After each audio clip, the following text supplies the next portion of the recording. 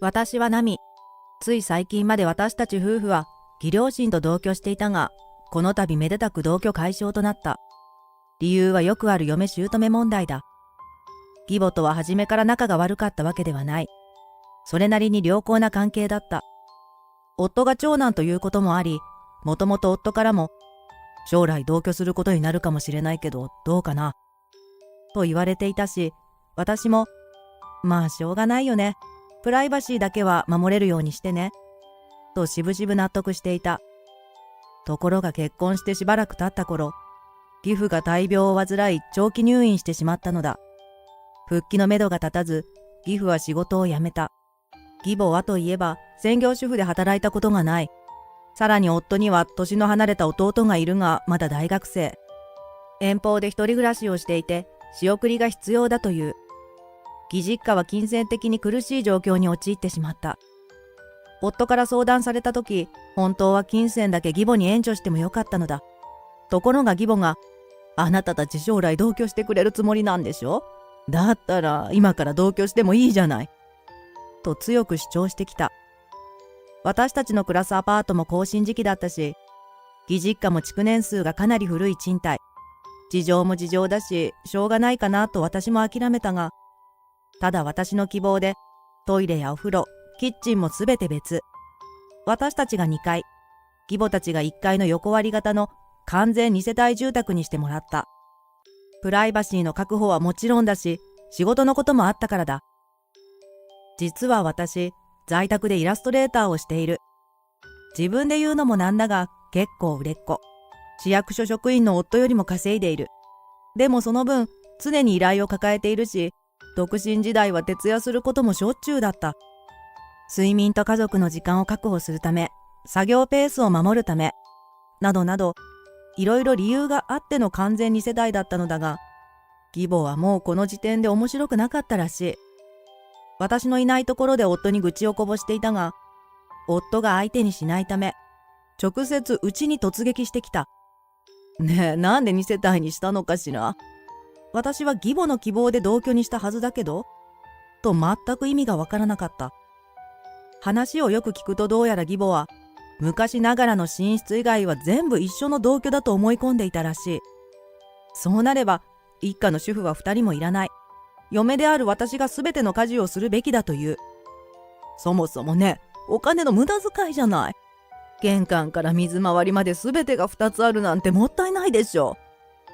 義母は普通の大きな一軒家にすれば、もっと広くて贅沢な家が作れたというのだ。でも、お父さんと夫が話し合って決めましたし、私の希望ではあるが、最終的には夫たちが決めたこと。義母は自分の意見が世の常識と信じ、思い込みが激しい。さらに面倒なことが大嫌いなので、間取りの確認もせず、自分の思い通りの家ができると信じ込んでいた。でも家は建ててしまったし、今更どうにもならない。なのに、義母の怒りは収まらない。義母は、これじゃ同居の意味がない。ナミさんに騙された。と怒り、私が食事の支度から掃除洗濯まで、義母の家と自分たちの家2軒分のすべての家事をやるようにと迫ってきた。あれ？お母さんは専業主婦ですよね。決して皮肉を言うつもりではなくて、素朴な疑問だったが、火に油を注いでしまった。義父は長期入院中だし、義母が様子を見に行くのは2週間に1回程度。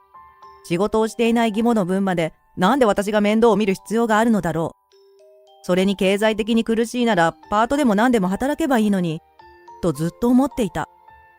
あなたの仕事なんて、所詮素人のお遊びでしょう。息子の稼ぎで住まわせてもらっている分際で。と義母は激怒。売り言葉に買い言葉とはいえ、仕事をけなされるのは悔しい。でも、この家私の貯金で建てたんですけど。そんな嘘を誰が信じるもんですか。ああ、嫌だ。なんでこんな不出来な嫁をもらったのかしら。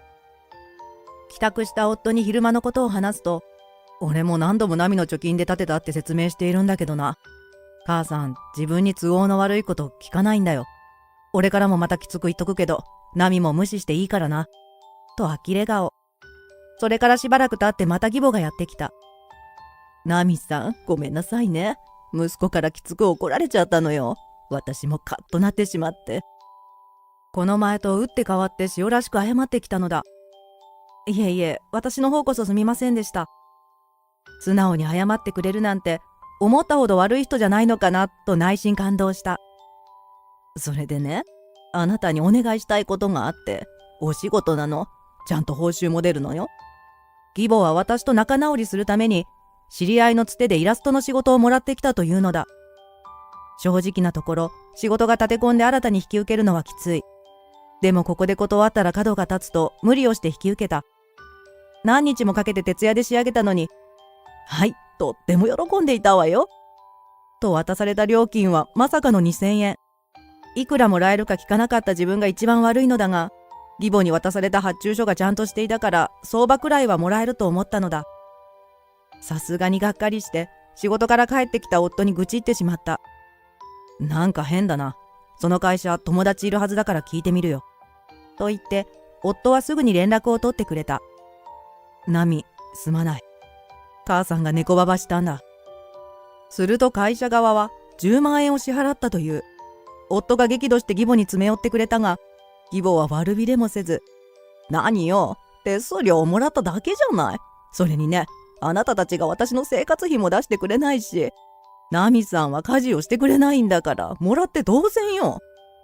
夫も私も唖然。身内で手数料って、だったらせめて自分が2000円だろう。それに家事ってなんだよ。母さん、これ以上ナミに迷惑かけるなよ。息子からここまで言われて自分の悪事がバレたら普通はもう関係を断つと思うのだが、義母は違った。ずうずうしいというかなんていうか。またしばらく経って義父の退院が決まった時、当然のようにお世話をするように命令してきた。私だって在宅とはいえ仕事をしている。時々なら手伝えるが毎日は無理だと断った。すると義母は、なんで介護を手伝えないのよ。と激怒。ナミさんみたいに口答えばかりする嫁はいらない。役立たずなんだから別れなさい。とこんな調子だった。出産したばかりの時も、赤ちゃん、ナミさんにそっくりで可愛くないわね。本当に息子の子かしら。お世話とか一切当てにしないで。母さん、いい加減にしろよ。私も腹が立ったが、夫はブチギレた。こうして冷戦状態に突入。一つ屋根の下に暮らしていても一切交流はなし。孫の世話をしてくれることも、ましてや可愛がってくれることもない。例えば子供が熱を出して保育園に行けないとき、仕事の締め切りで忙しいとき、どんなに困っているときでも助けてはくれない。が、私はむしろ気楽だった。その分、迷惑もかからないからだ。そんな感じであっという間に10年。私たち家族と義母との間は絶縁状態のまま。子供も小学4年生になり、大学生だった夫の弟も就職し結婚。義父も無事回復し、数年前から再就職して働き出した。義母は相変わらず誰の前でも私の悪口を言っているらしい。そのせいで義父も義弟夫婦も私がとんでもない鬼嫁だと思っている。私と義母の関係をじっと観察していたのが義弟嫁だ。この義弟嫁がまたくせ者。私の悪口を一緒に言うことでうまく義母に取り入った。義母は義弟嫁のことをこれ見よがしに可愛がることで、私が悔しがると思っているのかもしれない。義弟嫁は義母と仲良くなって一緒に外食に行きおごってもらったり、服やアクセサリーなど買ってもらったりしている。生まれたばかりの子供の世話を手伝ってもらえるし、服やおもちゃ、ベビーカーやベビーバスなど何でも買ってくれたそうだ。なぜ私が知っているのかというと、今井がうちに上がり込んで逐一自慢してくるから。お姉さん、本当に容量悪いですよね。もっとうまく立ち回って利用しなきゃ損ですよ。と嫌味を言う。まあそもそも長男と結婚している時点でダメですよね。私みたいに次男にしといた方が楽じゃないですか。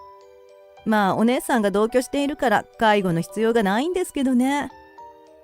義弟嫁をいくらなんでも調子に乗りすぎだ。夫も義母と義弟嫁に対しだいぶ前から頭に来ていた。もう母さんを視界に入れるのも嫌だ。同居は解消しよう。交流は全くないとはいえ、偶然出くわすことだってある。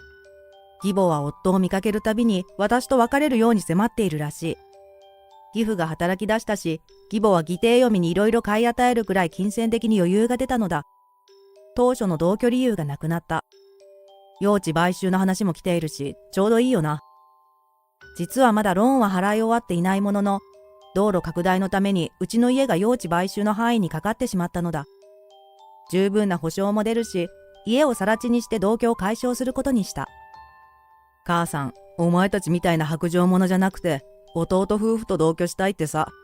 じゃああいつらが面倒を見ればいいんだ。義母は義弟嫁の性格を知らない。義弟嫁は義弟の前でも猫をかぶっているようだ。義弟も私たち夫婦が悪いと思い込んでいるので、かわいそうな母親を自分たちが面倒を見ようと言ったらしい。お前はあの意地悪なお姉さんと違って母さんとうまくやっているし大丈夫だよな。義弟から言われ慌てたのは義弟嫁。自分はただ今まで通りの一番楽な立ち位置でいたいのに、同居したらボロが出るかもしれないし、将来的には介護もしなければいけない。翌日、義弟嫁から半泣きで猛抗議された。なんで次男の私たち夫婦が同居しなきゃいけないのよ。お姉さんが最後までしっかり面倒を見なさいよ。しかも今の家を壊して更地にするなんて。どうして完全2世帯の家を明け渡してくれないわけ？なんでって気に入られすぎたんでしょ。あなたって私と違って容量がいいから。それからこの家と土地、私の貯金で買ったものだし、用地買収もかかっているから。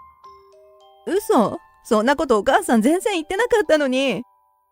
義弟嫁はショックを受けていたが、あの義母が自分に都合の悪いことを話すわけがない。それとね、私たちお父さんの入院費用とかすでにかなりの額を支払っているの。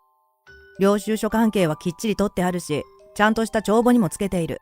だから夫と義父の間でね、すでに老後の扶養義務は果たしましたって念書まで作ったから。あとはあなたたちよろしくね。そんな。お金にがめつい義母の猫ババ事件があってから、私たち夫婦はとても慎重になった。義母は何かにつけて私たちに請求書を回してくる。食費は別だが、水道光熱費や町内会費など、もろもろの費用はすべて私たち持ち。その後、義弟嫁が電話で泣きわめいていた話を整理すると、完全2世帯住宅でなく、義母の強い希望と予算の都合で、寝室以外はすべて共有の同居となったそうだ。義父も義弟も嫁姑の仲がいいから問題ないと思ったらしい。同居後、義母は、私たちは追い先短いんだし、あなたたちが生活費を出して、と主張。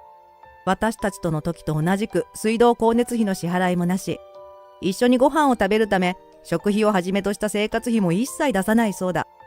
さらに義母は新居の階段で転倒し、腰を痛めて介護が必要に。義母は体が不自由になったイライラもあってか、義弟嫁に当たり散らすようになった。自分に無関係だと思った同居や介護が降りかかり、金銭的援助もなく、子供の世話も当てにならなくなった上、八つ当たりされてはたまったものではない。あっという間に義母と険悪になったようだ。義弟は、どうして母さんとうまくやれないんだと嫁と大喧嘩。夫婦仲も最悪になった。義父は私と義母の仲が悪かった時、見て見ぬふりをした人だ。当然今だって見て見ぬふりをしていたそうだが、義弟と嫁の喧嘩に巻き込まれ、義弟嫁の投げた皿が当たって大怪我。また長期入院する羽目になったらしい。義弟も私生活がうまくいかないためか、仕事で大きなミスをしでかし、問題解決のために毎日残業の日々。家庭崩壊真っ只中だ。義母と義弟嫁の性格上、もう一波乱ありそうだが、もう関係ない。すでに十分義理は果たしたし、電話はブロックした。私たち家族は、隣町のマンションで仲良く平和に暮らしている。長年の問題が解消され、とても幸せだ。